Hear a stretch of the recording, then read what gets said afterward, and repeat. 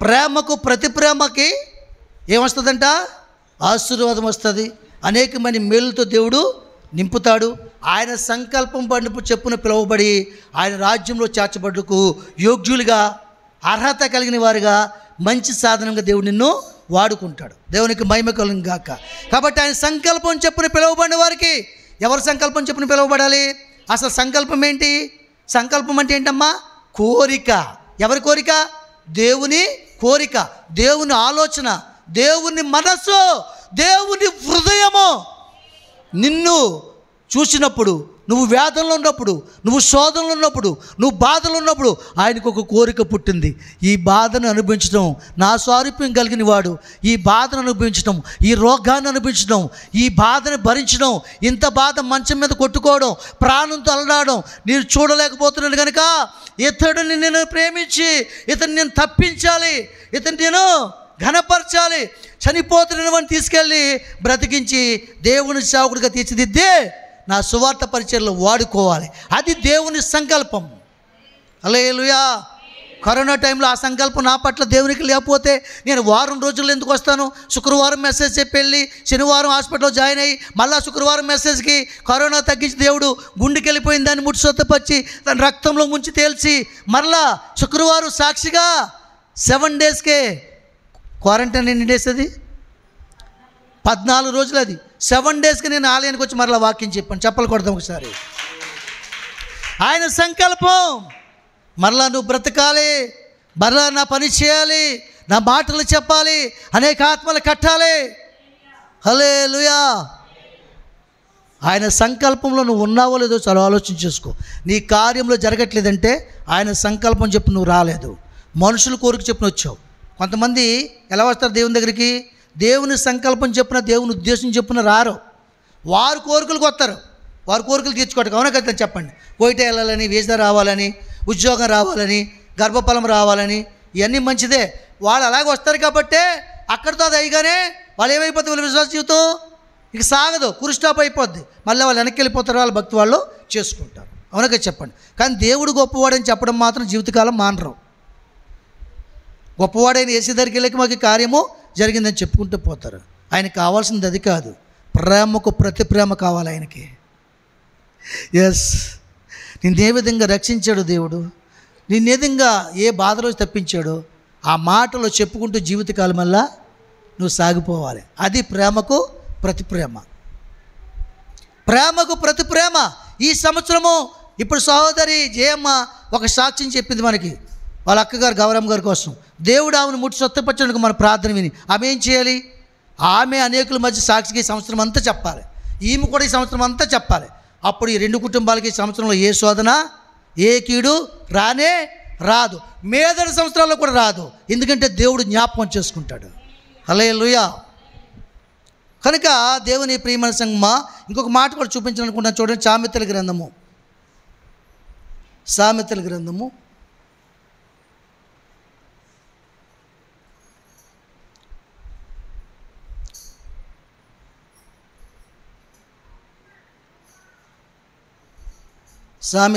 8వ అధ్యాయం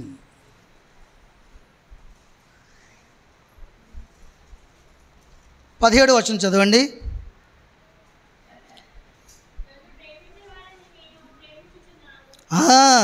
నన్ను ప్రేమించే వారిని నేను ప్రేమించున్నాను, నన్ను జాగ్రత్తగా వెతుకువారు నన్ను కనుగొందురు. చాలండి.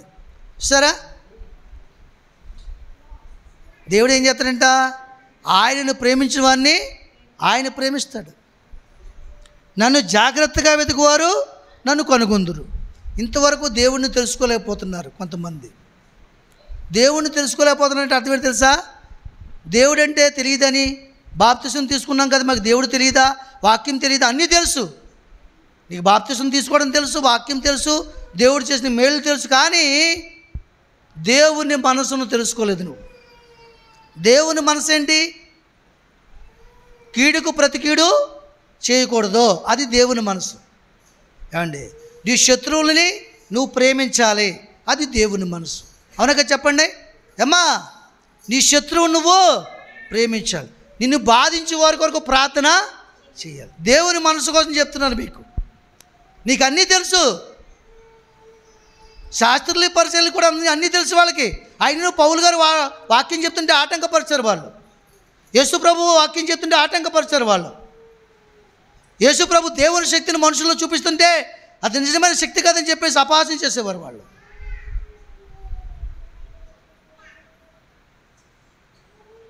దేవుని మనసును గుర్తెరగాలి. దేవుని మనసు ఏంటి? కీడుకు ప్రతి కీడు చేయకూడదు, శత్రువుల్ని ప్రేమించాలి, వారి కొరకు ప్రార్థన చేయాలి, నిన్ను బాధించే వారి కొరకు ప్రార్థన చేయాలి. ఇంకేం చేయాలి? దేవుని చిత్తాన్ని జరిగించాలి. దేవుని సందర్భం వింటున్న ప్రతి వాక్యాన్ని నీ జీవితంలో ప్రవర్తించి దేవునికి చూపించాలి. అండి దేవుడిచ్చిన ప్రతిదీ కూడా దేవునికి కనపరచాలి. హల్లెలూయా. ఇప్పుడు శారమ్మ గారు ప్రమాదం నుంచి తప్పించాడు దేవుడు. అలాగ వైర్ వర్క్ మీద వెళ్ళిపోయి పడిపోయింది అనుకోండి, ఎంత అవుతుంది డాక్టర్ దగ్గర చెప్పండి? ఎంత అవుతుంది? మినిమం 500 నుంచి 1000 రూపాయలు అవుతుంది. ఆవిడ కానుక ఇచ్చిందే లేదా? ఎంత ఇచ్చింది అంత కాదు, ఎంతో ఆవిడ దోసింది, ఆవిడకు ఉన్నది దేవుడు కలగజేసింది ఇచ్చింది. అది కృతజ్ఞత. అంటే రేపు పొద్దున్న ఏ ప్రమాదం కూడా ఆమె యొద్దకు కానీ ఆమె ఛాయలుగా రాకుండా ఏం చేసింది? ఆమె అడ్డుకట్టేసింది కదా. మరి దేవుని స్తోత్రం. అందుకనే సాక్ష్యం ఇచ్చినప్పుడు కూడా సమర్పణ చేయమంటాం. ఏమండి ఎక్కడికైనా వెళ్ళి ఏమండి డాక్టర్ దగ్గరికి వెళ్ళి చెప్తావు, బాబు నాకు నడుము చలుపు వచ్చేస్తుంది, కాళ్ళు చలుపు వచ్చేస్తున్నాయి, కళ్ళు మంటలు వచ్చేస్తున్నాయి ఆయన అని చెప్తావు. ముందు ఫీజు కట్టేసి వెళ్తే వెళ్ళవా? చెప్పండి. రిసెప్షన్లో ఫీజు కట్టేయాలి ముందు. అప్పుడు ఆయన చూస్తాడు, చూసి వైట్ పేపర్ మీద రాత చక్క చక్క చక్క చక్కమని టెస్ట్లో. ఆ టెస్ట్లో కట్టాలి. ఆయన నీ రక్తమంతా తీసేస్తాడు, బోళ్ళు మందులు రాస్తాడు. ఎంత అవుతుందో చెప్పండి? ఇక్కడికి వచ్చి సాక్ష్యం చెప్తున్నావు, బాగానే ఉంది, మీ విశ్వాసంతో ప్రార్థన చేస్తాం, దేవుడి కనికరంతో ముట్టి స్వత్తపరుస్తాడు. ఏది నీ ఫీజేది? నీ ఫీజేదే. తర్వాత ఇస్తావా అంటే విశ్వాసం లేనట్లు లెక్క. చెప్పలు కూడా దీన్ని మైంపరచండి. ఇప్పుడు గట్టిగా రావు చప్పట్లో, బిగ్గరగా చెప్ప, బిగ్గరగా కొట్టండి. అక్కడ మాత్రం బెదబెదలాడే కాగితాలు, ఫీజు, టెస్ట్లో. ఏమండి ఫీజు ముందు కట్టాలి. ఇక్కడ సాక్ష్యం చెప్పవు, ఇంకా రేపు వారం నుంచి ఒకళ్ళు సాక్ష్యం చెప్తే కొట్టు. ఈ జేబులో ఉన్న డబ్బులు తీసి కానికి ఈ జేబులో పెట్టేసి, అమ్మ సాక్ష్యం ఎవరని చెప్పండి అమ్మ.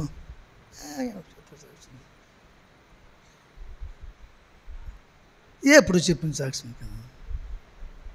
ఐఏఎస్ బాబు గారు ఒకళ్ళు వేసిపోతాడు సాక్ష్యం అంటే చాలు. సాక్ష్యం చెప్పే వాళ్ళని ఆటంకపరచు. ఇంకంతగా నేనేం చేశాను? ఫీజు ఫ్రీ, సాక్ష్యం ఫీజు ఫ్రీ. ఎందుకంటే నేను బొక్కడానికి ఆయన మహిమను దొంగలిస్తున్నానేమో బాబా, కానీ వీళ్ళ నీచమైన బుద్ధి అని ఆయనకి తెలుసు. దేవుని స్తోత్రం. అవునా కదా చెప్పండి? ఇక్కడ ఒక తేరగా ఉన్నారు యేసుప్రభు వారు. ఫ్రీ. ఏమండి ఇప్పుడు మీకు ఒకటి ఫ్రీ వచ్చింది, ఏం చెప్పండి? ఉన్నదని చెప్పండి.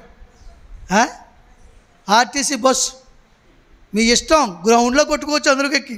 చాలామంది కొట్టుకుంటున్నారు కూడా. దేవుని స్తోత్రం. హల్లెలూయా. మనకి వైద్యం కూడా ఫ్రీయే. అక్కడికేం వెళ్ళాం మనం. అక్కడికి వెళ్తామా? అక్కడికి వెళ్ళాం. అక్కడికి వెళ్తే సిగ్గు మనకి. డైరెక్ట్ ఈ డాక్టర్ వెళ్తాడు అమలాపురం, ఈ డాక్టరే సంహిత హాస్పిటల్ స్పెషలిస్ట్ అని. అది కనబడాలి మనకి, అది రావాలి మన మనసులో. కాడికి వెళ్ళి బాగా దులిపేయాలి. 1 లాభం 2 3 అని. దేవుని స్తోత్రం. హల్లెలూయా. ప్రార్థన చేసుకోండి, దేవుడు ముడి స్వస్థపరుస్తాడు. తగ్గలేదా? చక్కగా గవర్నమెంట్ హాస్పిటల్ ఇచ్చాడు దేవుడు. అక్కడికి వెళ్ళండి. ఇదే వైద్యులు అక్కడ చేస్తారు ప్రైవేట్లో కూడా. దేవుని స్తోత్రం. హల్లెలూయా. ఆయన ఏం చెప్తున్నాడు? నన్ను ప్రేమించిన వారిని నేను ప్రేమించున్నాను, నన్ను జాగ్రత్తగా వెతుకువారు నన్ను కనుగొందురు. హల్లెలూయా. నన్ను ప్రేమించిన వారిని నేను ప్రేమించున్నాను, నన్ను జాగ్రత్తగా వెతుకువారు నన్ను కనుగొందురు.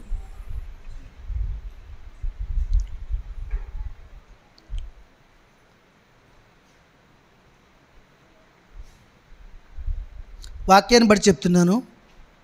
వెధవరాలు డబ్బు దాచుకోవచ్చా వద్దా చెప్పండి మీరు.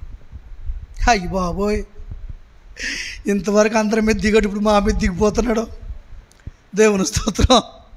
వెధవరాలు డబ్బు దాచుకోవచ్చా దాచుకోకూడదా వాక్య ప్రకారంగా? మరి అందరూ పర్సల్లో తీసి కొంత వేసారు, కొంత దాచుకున్నారు. ఆ వెధవరాలు ఏం చేసింది? ఆమెకున్నదంతా ఇచ్చేసింది. అంటే వెధవరాళ్ళు ఎవరి మీద ఆధారపడి బతకాలి? దేవుడి మీద ఆధారపడి బతకాలి. అది ప్రేమకు ప్రతి ప్రేమ. ఏం చెప్పాడు ఆయన మీకు? వెధవరాలకు మాట చెప్పాడు ఆయన. ఏం చెప్పాడు? మీ తండ్రి విడిచినా, మీ తల్లి విడిచినా, మీ భర్త విడిచినా, మీ బంధువులు విడిచినా, మీ అక్క చెల్లెలు విడిచి మిమ్మల్ని విడవను ఎడబాయను. ముదుము వచ్చే వరకు ఎత్తుకునే వాడిని నేనే, మిమ్మల్ని పోషించేవాడును నేను. వాళ్ళు ఏం చేయాలి చెప్పండి? వాళ్ళు ఏం చేయాలి చెప్పండి? వాళ్ళు ఇంక డబ్బు సంపాదించుకోనగా వాళ్ళ ఆస్తులను నమ్మేసి, వాళ్ళ లోకంలో కూడా మన వాళ్ళ పిల్లలు ఉంటే వాళ్ళకి అన్యాయం చేయకుండా వాళ్ళు కొంత ఇచ్చేసి, కొంత తట్టుకుని వచ్చి దేవుడి సందుకు ఇచ్చేసి, వాళ్ళు దేవుడి సందులని బతికి చేతులెత్తి ప్రార్థన చేయాలి. పరలోక రాజ్యానికి వారసులు అవుతారు వాళ్ళు. కొడదాం ఒకసారి, కొడదాం.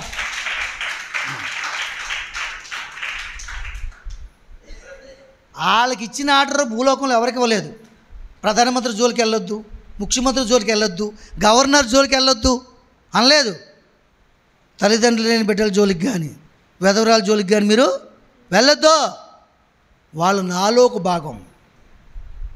సరే అనగా చెప్పండి హల్లెలూయా. అలాగే ఎవరిస్తారు? ఈ ఎర్రి మాటలా మంచి మాటలా అనుకోవచ్చు. ఏమండి, లోకంలో ఉన్నవాడికి దేవుని మాటలు వెర్రితనంగా కనబడతాయి. దేవుల్లో ఉన్నవాడికి లోకంలో ఉన్నదంతా కూడా శరీరాశ, నేత్రాశ, జీవబుడంగం, ధనాపేక్ష ఇవన్నీ కూడా వెర్రితనము. కొడదాం ఒకసారి గట్లుగా. నువ్వు సంపాదించుకోవాల్సింది ఏంటో తెలుసా వెధవరాళ్ళు? దేవుని కృప, వాత్సల్యత, పరిశుద్ధాత్మ శక్తి, ప్రార్థనా జీవితం, పరిశుద్ధాత్మ వరము, విశ్వాసము, భక్తి, శ్రద్ధ, 9 ఫలాలు. దేవుని స్తోత్రం. హల్లెలూయా. కనుక నన్ను ప్రేమించిన వారిని నేను ప్రేమించున్నాను, దాన్ని జాగ్రత్తగా వెతుకువారు నన్ను కనుగొందురు. ఇక్కడ దేవుడిని ప్రేమించినటువంటి ఒక వెధవరాలను చూపిస్తాను మీకు. చూపించమంటారా? చూసింది చాలే బాబు అంటారా? చెప్పాలి మరి. చూపించమంటారా? సరే. పురుషుల మధ్యన ఒక పురుషుడు ఉన్నాడు. ఆ పురుషుని కూడా అడుగుతున్నాను. హల్లెలూయా. అసలు ఆడే నిజమైన పురుషుడు. హల్లెలూయా.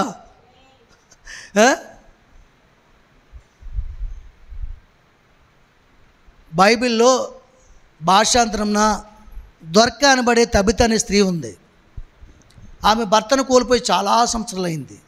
భర్త చనిపోయిన తర్వాత నానేవారు పట్టించుకోకపోతే, ఆమెను చూడకపోతే, విశ్వాసమును కర్తయు దాన్ని కొనసాగించడం యేసు ప్రభుని అంగీకరించి భక్తి శ్రద్ధలతో జీవిస్తూ తన జీవితాన్ని ప్రారంభించింది. తన పట్టుపోషణ కొరకు టైలరింగ్ వృత్తి చేసేది. ఏ టైలరింగు అమ్మా? ఇప్పుడు టైలరింగ్ ఏంటి? Machine tailoring. తొక్కే ట్రైనింగ్ వచ్చింది ఫస్ట్, తర్వాత మిషను ఇలా పక్కకి ఇలాగంటే చాలు గీయమంటుంది. అనగా చెప్పండి, వైర్లో ఏదేంటి కరెంట్ మిషను ఇవన్నీ వచ్చాయి.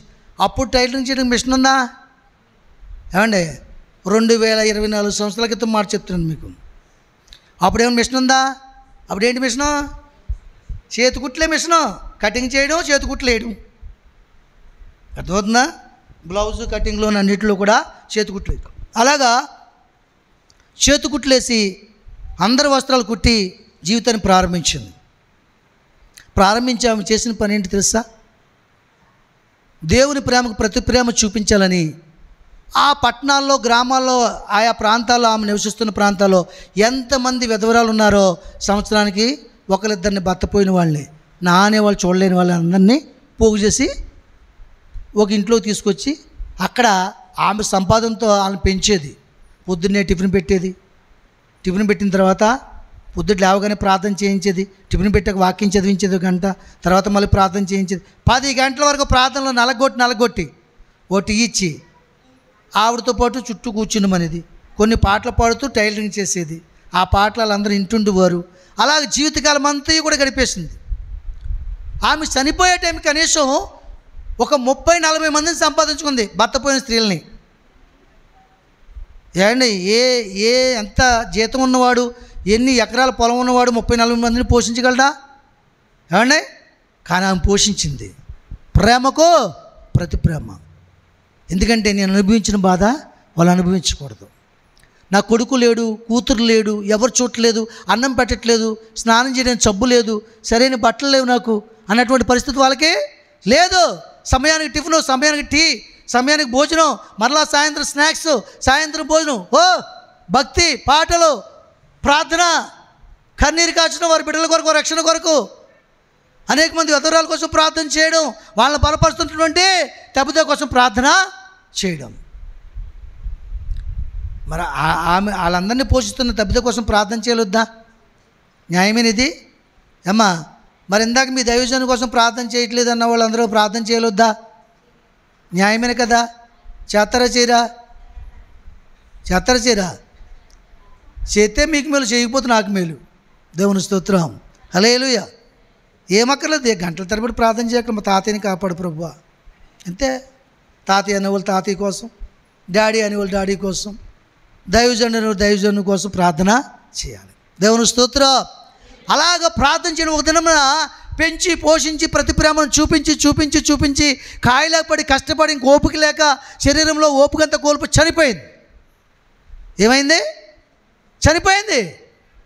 చనిపోయినప్పుడు ఆమెను ఏం చేశారు వాళ్ళు? చచ్చిపోయిందని ఏడుస్తూ కూర్చోలేదు, ఆమెకు పరిచర్య చేశారు. ప్రతి ప్రేమ ఏం చేశారు వాళ్ళు? చక్కని స్నానం చేయించారు, చక్కని బట్టలు కట్టారు. ఎప్పుడూ ఎవరును కూడా ఆ గదిలోకి వాళ్ళు వెళ్ళలేదు. ఆమె వెళ్ళే ప్రార్థన చేసుకునేది. మేడ గది పైకి తీసుకెళ్ళి ఆ గదిలో మంచి బట్టలు పరిచి పరుండబెట్టి సిద్ధపరిచారు. దేవుని స్తోత్రం. కొందరు చేశారు ఈ పని. కొందరు ఏం చేశారో తెలుసా? ఆ పక్క ఊర్లో పేతురు గారు సువార్త చేస్తున్నారట, అద్భుతాలు సూచక్రియలు చేస్తున్నారట. ఆయన తీసుకొస్తే మా అక్కను బ్రతికిస్తాడేమో అని ఒక ఆలోచన అడిగి 4 నడవగలిగిన వాళ్ళు, మన పుష్ప అమ్మంగా నవ్వి ఇలాంటి కొంతమంది అక్కలు వెళ్ళారట. వెళ్ళేటప్పుడు పేతురు గారు అన్నట్టు, అమ్మా అంటే మా అక్క అండి, మా కోసం చనిపోయిందండి, ఎంతో ప్రేమించిందండి, మా వారు ఎవరు కూడా మమ్మల్ని ప్రేమించలేదండి, అసలు మా కష్టం ఏంటో తెలియకుండా పెంచిందండి, ఎలాగైనా సరే మీరు మా అక్కను బ్రతికించాలండి, ఒకసారి వచ్చి చూడండి అని చెప్పేసి ఆయన బలవంతం చేసి తీసుకొచ్చారట. ఆయన వచ్చారట, ఎక్కడ ఉందని అడిగారు. మేడ గదిలో ఉంది. వెళ్ళాడు. ఆయన వెళ్ళంటేనా పిలుస్తున్నాడు. ఏమని? తబితా లేమ్మా అన్నాడంట. ఏమన్నాడా?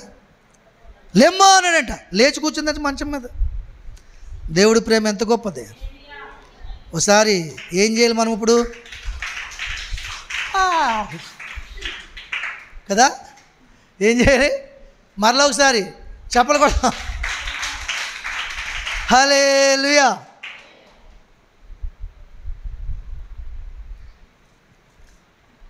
ఏం చేశాడు దేవుడు? లేచి కూర్చోబెట్టాడు. కూర్చున్నది కానీ పాపం ప్రాణం వచ్చింది కానీ శక్తి లేదు లేవడానికి. అప్పుడు చేయించి లెమ్మన్నాడు. అప్పుడు పేతురు గారు దేవుని శక్తి ఆమెలోకి వెళ్ళి లేచి ఆ ఊరు ప్రాంతాలని కూడా చనిపోయిన తబితా లేచిందంట. ఎంత గొప్ప విషయం. జాగ్రత్తగా వెతికిందా లేదా?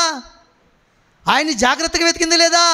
కాబట్టి ఆయన దైవజనుడిని పంపించి ఆయనే వెతికాడు. ఈరోజు మరణంలోంచి వెతికి తీశాడు, చావులోంచి వెతికి తీశాడు, రోగంలోంచి వెతికి తీశాడు, బలహీనతలోంచి వెతికి తీశాడు, నిలవబెట్టాడు. ఆ ప్రాంతమంతా మారుమోగినట్లుగా తబితా చనిపోయి లేచిందంటే యేసు ప్రభు నిజంగా ఆమె శక్తులు, ఆయన శక్తి ఆమెలో ప్రవేశపెట్టాడు. యేసు ప్రభువే చనిపోయి లేచాడు. మరలా భూమి మీద చనిపోయి లేచిన వారు ఎవరున్నారు?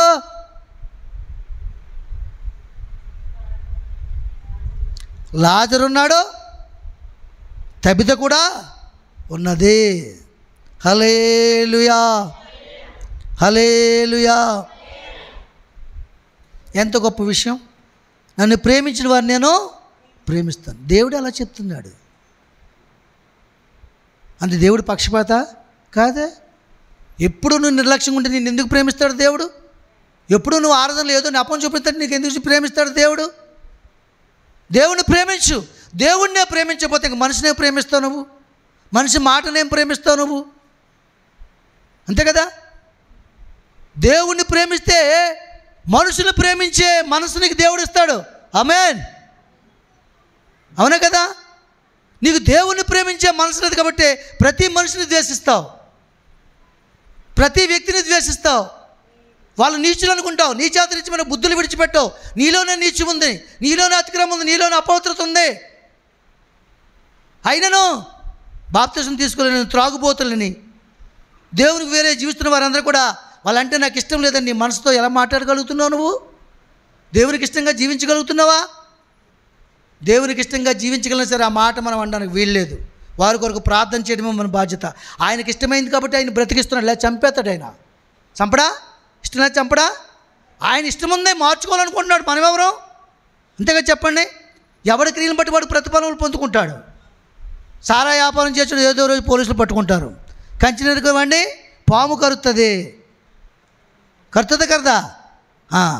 బాక్సింగ్ చేసేవాడు బాక్సింగ్ బరిలో చచ్చిపోతాడు. కరాటీ ఫైటర్ కాళ్ళు చేతులు తిరిగిపోతాయి అప్పుడప్పుడు. అర్థమవుతుందా?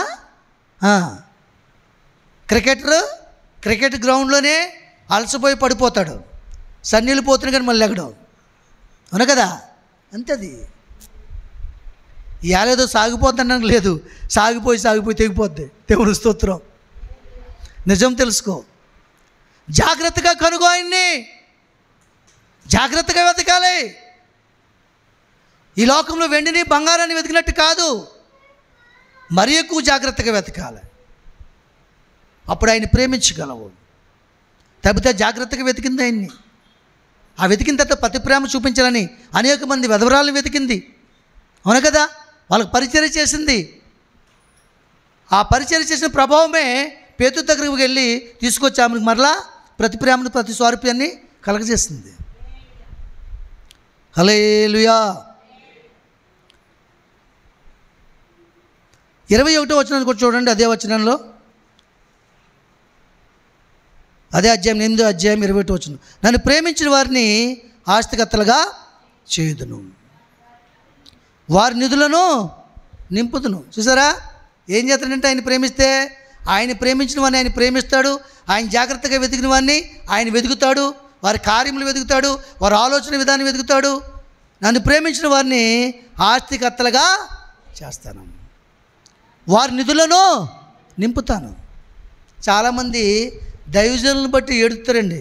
విశ్వాసులు ఏడుతారు, బయట వాళ్ళు ఏడుతారు. కొంతమంది తప్పు కనుకోకండి మీరు. మీకు అర్థమవుతుందా? మా పాస్టర్ గారు వచ్చేటప్పుడు డొక్కు సెక్రటరీని వచ్చాడండి, ఇవాళ బెంచుకోరు మీరు తిరుగుతుండండి.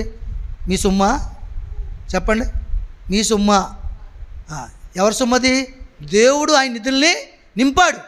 ఆయన ప్రేమించి ప్రార్థన చేసి కన్నూరు కారుస్తున్నాడు కాబట్టి ప్రతి అవసరతను తీరుస్తున్నాడు. ఆయన ఏది అడిగితే అది ఇస్తున్నాడు. నువ్వు చేయి, నీకు ఇస్తాడు. ఇవ్వడా? నీకు ఇవ్వడా?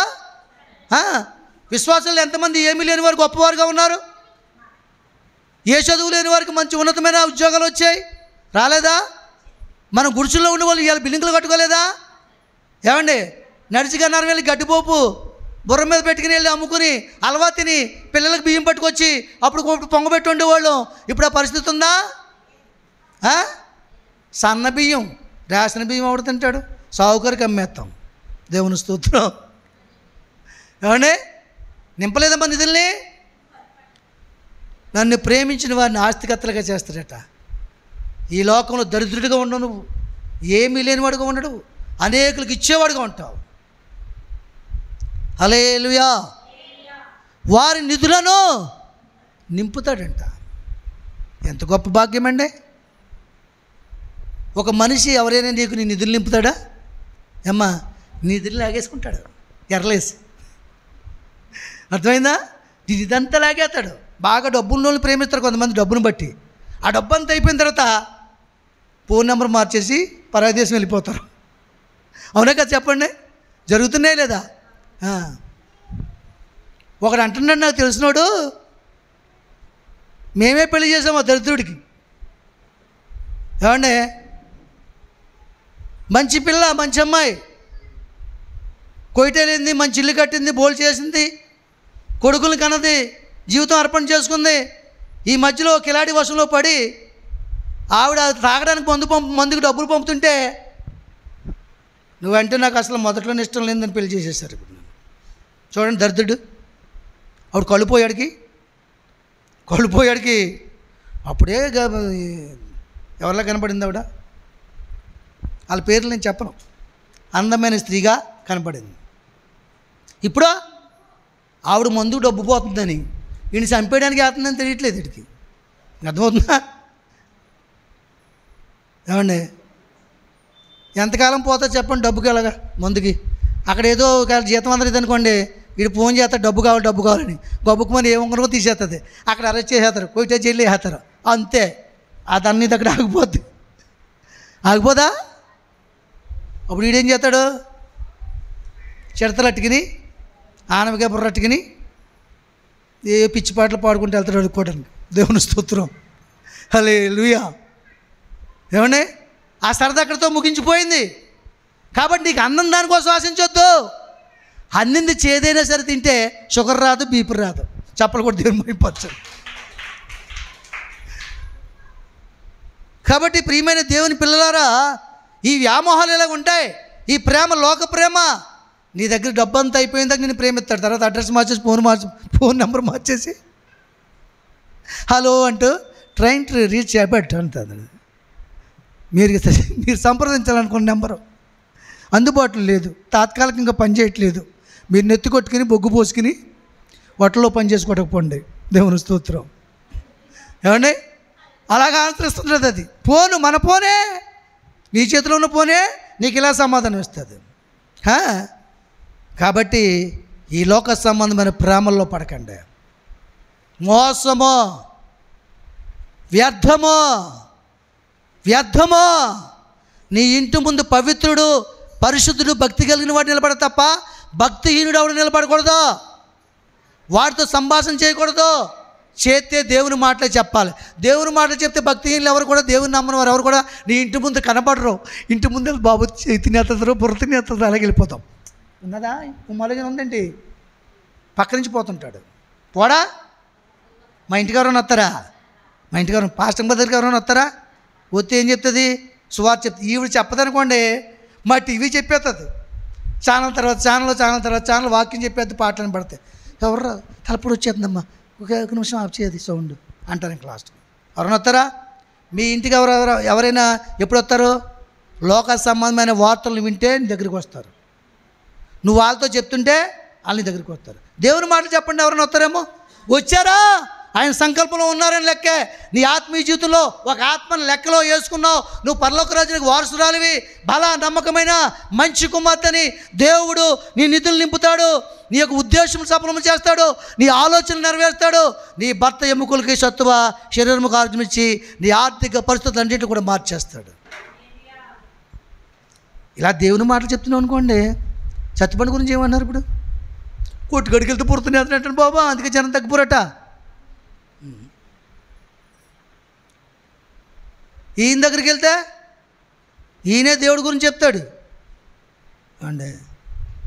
అందుకని ఆయన దగ్గరికి ఈయన దగ్గరికి వెళ్ళకుండా మధ్యలో 2 దుకాలు ఉన్నాయి, అక్కడికి వెళ్ళిపోతాం. చూసారా? అక్కడే ఉంటుంది, సంతోషం ఉంటుంది, ఆనందం ఉంటుంది, లోక సంబంధమైంది అన్నీ ఉంటాయి. వాళ్ళకి ఇష్టం. అదే నువ్వు దేవుని సువార్త చెప్పు. దేవుని పిల్లల గృహములో దేవుని పిల్లలు పరిశుద్ధులే ఉండాలి. మీ వాకిట్లో నిలబడాలి. లేకపోతే వాళ్ళు శాపం తీసుకొచ్చి అక్కడ దులుపుతారు, అది నీ మీద ఎక్కుతుంది. నీ కుటుంబానికి శాపం గురించి సత్యమే చెప్తున్నాను నేను. మీకు అర్థమవుతుందండి? దయచేసి అర్థం చేసుకోండి. తప్పిపోయిన కుమారుడి మీద ఏమెక్కింది? ధనాపేక్షను దెయ్యమెక్కింది. ధనం పంచుకున్నాడు, వెళ్ళిపోయాడు, ధనమంతా పాడు చేసుకున్నాడు, పంతులు పుడుతున్నాడు. అప్పుడు మరలా దేవుని దగ్గరికి వచ్చాడు. తెలుసుకో, దేవుడు మాట్లాడుతున్నాడు నీతోటి. మనం అందరితో మంచిగా ఉండాలి, అందరితో సాంగత్యం కలిగి ఉండాలి, అందరినీ ప్రేమించాలి. ఎంతవరకు మాట్లాడాలి అంతవరకే మాట్లాడాలి. గంటలు అరగంటలు నీ ఇంటి ముందు ఉన్నారనుకో, నువ్వు చెడిపోయిన మార్గంలో ఉన్నావని ఇతరులు తలంపు కలిగడానికి నువ్వు అవకాశం ఇచ్చిందని పోతావు. అర్థం చేసుకున్న మాటలు. ఇప్పుడు నేను ఉన్నానండి, ఓ తాగుబోతుడుతుంది అత్తమాటికి మాట్లాడుతాను అనుకోండి, బొమ్మల దగ్గరికి వెళ్ళిపోయి, పాస్టర్ గారికి ఏంటి మందుకి నేసేస్తాడు ఈ మధ్య, రాదా మీకు ఏమ్మా? పాస్టర్ గారు మందు వేసేస్తుంటారు అప్పుడప్పుడు, మనకు తెలియట్లేదా? కనపట్లేదు, సీక్రెట్. ఇద్దరు కలిసి కోనలోకి వెళ్ళిపోతున్నట్టున్నారా ప్లాట్లలోకి అనుకుంటారు అనుకోరా? అత్తమాట కనబడితే ఏమంటే చెప్పండి. లేకపోతే భర్త తెలిసి నలుగురు పురుషులు సాంగత్యం కలిగి తిరిగి అల్లరితో తిరిగి స్త్రీ ఉందనుకోండి, ఆ స్త్రీతో మాట్లాడుతాను అనుకోండి, అత్తమాటికి ఫోన్ అట్టుకెళ్ళి నేను బొమ్మల దగ్గర మాట్లాడుతాను, ఇంటికట్టి మాట్లాడుకోండి, కానీ సీక్రెట్ మెయింటైన్ చేస్తున్నాడు రో. ఈ మధ్యన రంగు ఏం చేస్తున్నాడు ఒకటి. దేవుని స్తోత్రం. వస్తుంది రాదా? మీకోసం వద్దులేపో, నా కోసం చెప్తున్నాం. ఫోన్ అత్తమాటికి బయట మాట్లాడేదంటే ఆ టర్నింగ్లో నేను కనబడుతున్నాను, అంటి తోట దాటే కనబడుతున్నాను, బొమ్మల దగ్గర కనబడుతున్నాను, ఫోన్ అట్టుకుని దారిలో కనబడుతున్నాను, పాస్టర్ గారి దగ్గర మాట్లాడట్లేదు ఈ మధ్య నేను. అప్పుడు ఏమవుతుంది మీకు? ఏమయ్యా వెళ్ళివాడు ఫోన్ అట్టుకుని ఎందుకు వెళ్తున్నావు, ఇంట్లో ఇట్టేసి వెళ్ళొచ్చు కదా అని ఆవిడ అంటారు. పాస్టర్ గారు ఏంటి ఈ మధ్యన ఎప్పుడు అలా బయట మాట్లాడేవారు కాదు, అసలు సీక్రెట్ ఏమి మెయింటైన్ చేస్తానంటావా అనుకుంటారు అనుకోరా? మరి నా గురించి మీరు అనుకున్నప్పుడు మీ గురించి ఇతరులు అనుకోరా?